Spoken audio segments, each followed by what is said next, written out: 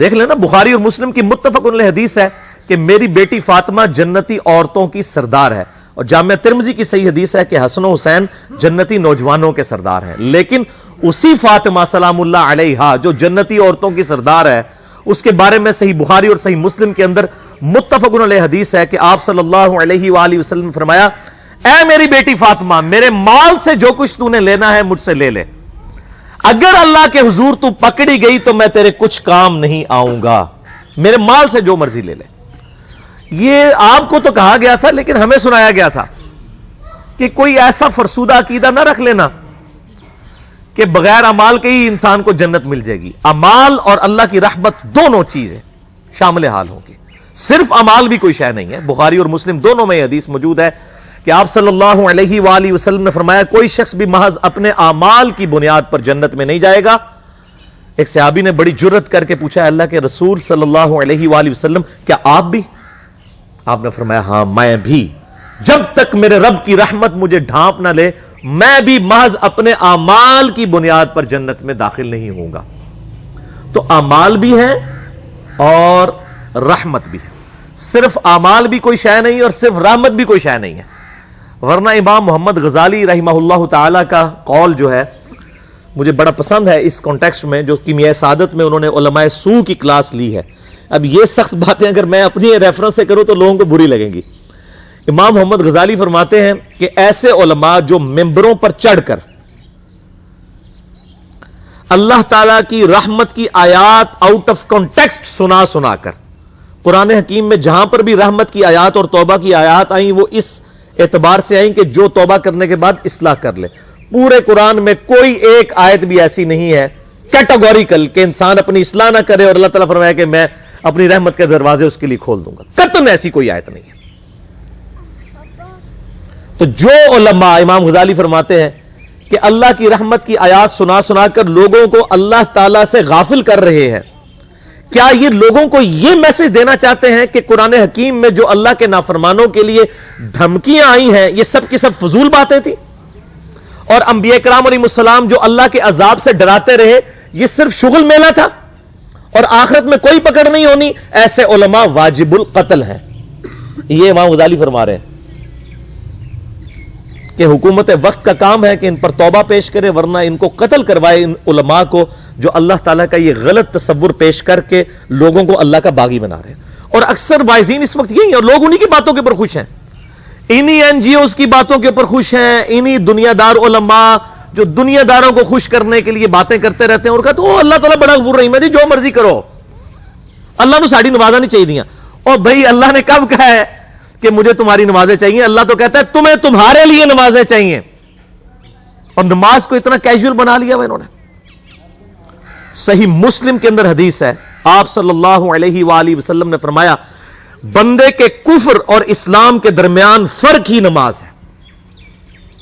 جو نماز پڑھتا ہے وہ مسلمان ہے، اور جو نماز نہیں پڑھتا وہ پاکستان کے شناختی کارڈ میں مسلمان ہے، اللہ کی ڈیفینیشن میں وہ عملاً کافر ہے. صحیح مسلم انٹرنیشنل نمبرنگ کے مطابق 246 نمبر حدیث ہے. آپ جا کے پی ڈی ایف کھول لیں، اسلام 360 میں جا کے 246 نمبر حدیث صحیح مسلم کتاب الایمان چیپٹر میں کھول کے دیکھ لیں کہ بندے کے کفر اور اسلام، شرک اور اسلام کے درمیان فرق ہی نماز ہے.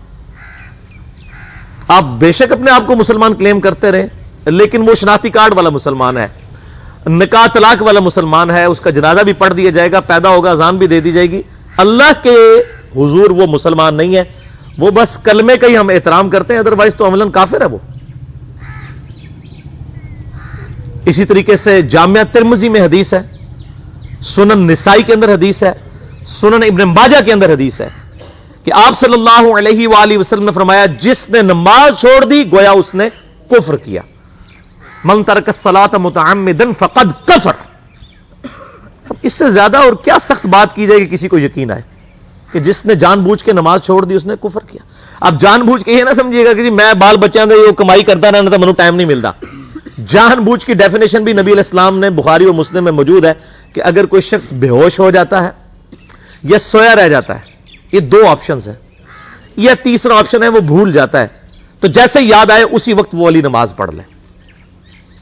لیکن جو شخص دنیا کو ٹاپ پرائورٹی مانتا ہے اپنا آفس چھوڑنے کے لیے تیار نہیں، اپنا کلینک چھوڑنے کے لیے تیار نہیں ہے، اور اپنی دکان چھوڑنے کے لیے تیار نہیں ہے نماز کے لیے، تو ظاہر ہے کہ وہ تو اپنے آپ کو دھوکہ دے رہا ہے۔ اللہ تعالیٰ تو اپنے معاملات کے اندر بالکل اسٹریٹ فارورڈ ہے، بالکل یہ ذہن میں رکھ لیں۔ جامعہ ترمذی میں صحیح سند کے ساتھ موجود ہے، عبداللہ بن شفیق تابعی رحمہ اللہ تعالیٰ کہتے ہیں کہ صحابہ کرام علیہم رضوان صرف نماز کے چھوڑنے کو ہی اعمال میں سے کفر سمجھتے تھے، یعنی وہ کسی کو نماز پڑھتا ہوا دیکھتے تھے تو کہتے تھے یہ مسلمان ہے، اور کسی کو نماز پڑھتا ہوا نہیں دیکھتے تھے تو وہ کہتے تھے یہ کافر ہے۔ یہ جامعہ ترمذی ہے، یہ کوئی سٹوری بک نہیں میں سنا رہا آپ کو۔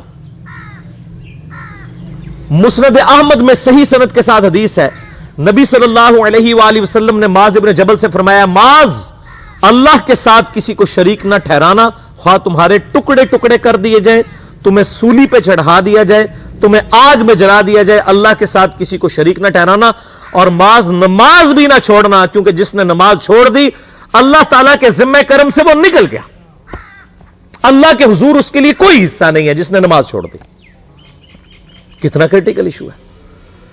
اور اسی طریقے سے مسند احمد میں یہ ایک اور حدیث ہے کہ آپ صلی اللہ علیہ وآلہ وسلم نے فرمایا، جس شخص نے اپنی زندگی میں نماز کی حفاظت کی، قیامت والے دن وہ نماز اس کے لیے نور ہوگی، نجات ہوگی، اور اس کے حق میں دلیل ہوگی، اور جس نے نمازوں کی حفاظت نہیں کی اس کے لیے قیامت والے دن کوئی نجات، کوئی نور اور کوئی دلیل نہیں ہوگی، الٹا اس کا حشر قارون، فرعون اور ابی ابن خلف کے ساتھ ہوگا، والعیاذ باللہ تعالی۔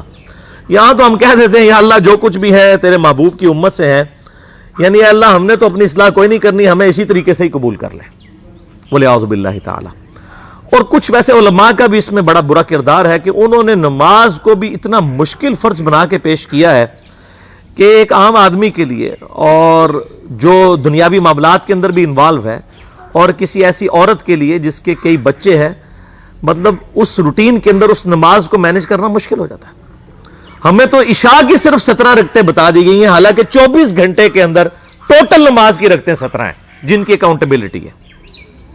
اور میں یہ بڑے یعنی وثوق کے ساتھ ایک ذمہ دار مبلغ کی حیثیت سے یہ بات کر رہا ہوں۔ آپ صحیح بخاری اور صحیح مسلم کھول کے دیکھ لیں، فرض نمازوں کی تعداد جو ہے وہ 5 آئی ہے، اور ان کی رکعتوں کی تعداد بھی بیان ہو گئی ہے۔ فجر کے 2 فرض، ظہر کے 4 فرض، عصر کے 4، مغرب کے 3 اور عشاء کے 4، اور سفر میں سارے 2 فرض ہیں، مغرب کے 3 ہیں۔